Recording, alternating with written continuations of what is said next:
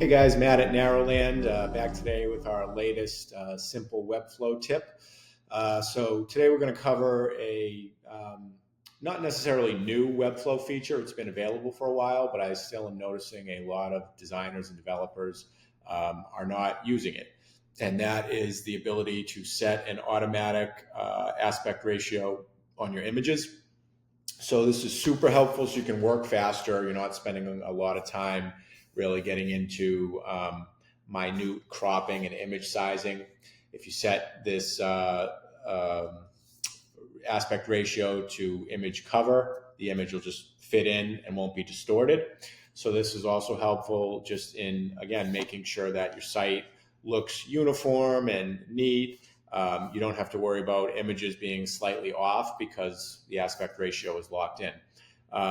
This is also really helpful for Google PageSpeed Insight ranking. I'm sure a lot of you have struggled with that alert message that says no image size is defined. So if you do this, the image size is defined, and that warning goes away and your score improves. Everybody likes that. And then lastly, if you do a considerable amount of client handoffs like we do here at Narrowland, they try, but it just seems like no matter how much instruction we give on how to size and crop and upload images, the client struggles to do that. So again, if you've locked in the aspect ratio, they don't really have to worry about making sure every image is perfect. They can just upload it, and the site will continue to display properly. Your layouts won't be affected. Everything's going to look nice. So let's hop right into it. So I have a section and a container set up. If you're looking for information on how we set up our Webflow projects, we have a great video on our starter kit. So check that out, and it'll show you how to get all your settings together so that you can have a easy to replicate site and you can work quickly. But for today, let's just drop a image in here for testing purposes. I want to drop shadow so we can see what we're doing. So I'm just going to call this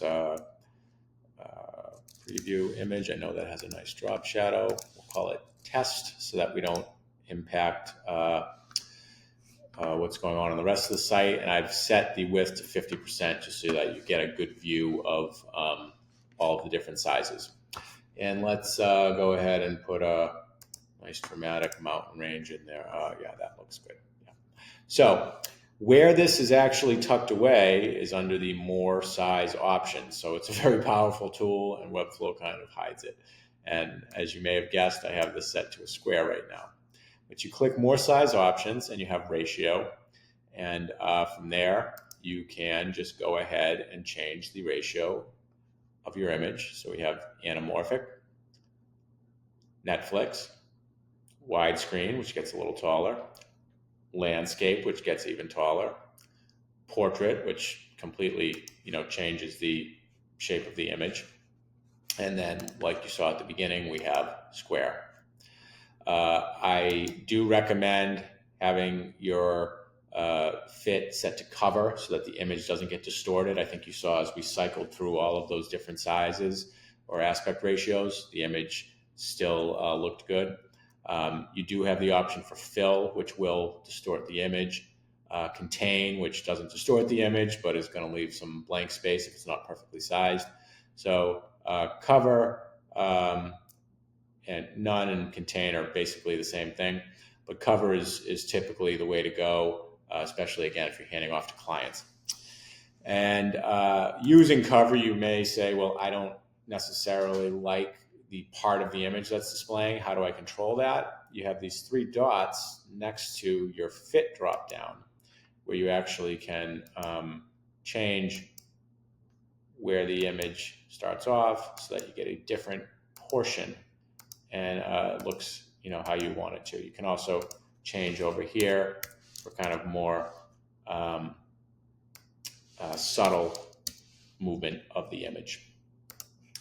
And that is the tutorial. So as promised, simple and easy, something that is quick to implement and comes standard in Webflow, but definitely goes a long way in terms of just improving your speed, your efficiency, the overall look and effectiveness of the site from both a visual perspective and coding, Google PageSpeed perspective. And it makes, again, client handoffs much simpler. So I hope that this is beneficial to your development process. And as always, leave us a comment below. Let us know what you think, and let us know what questions you have and what we could help out with next. Thanks, guys.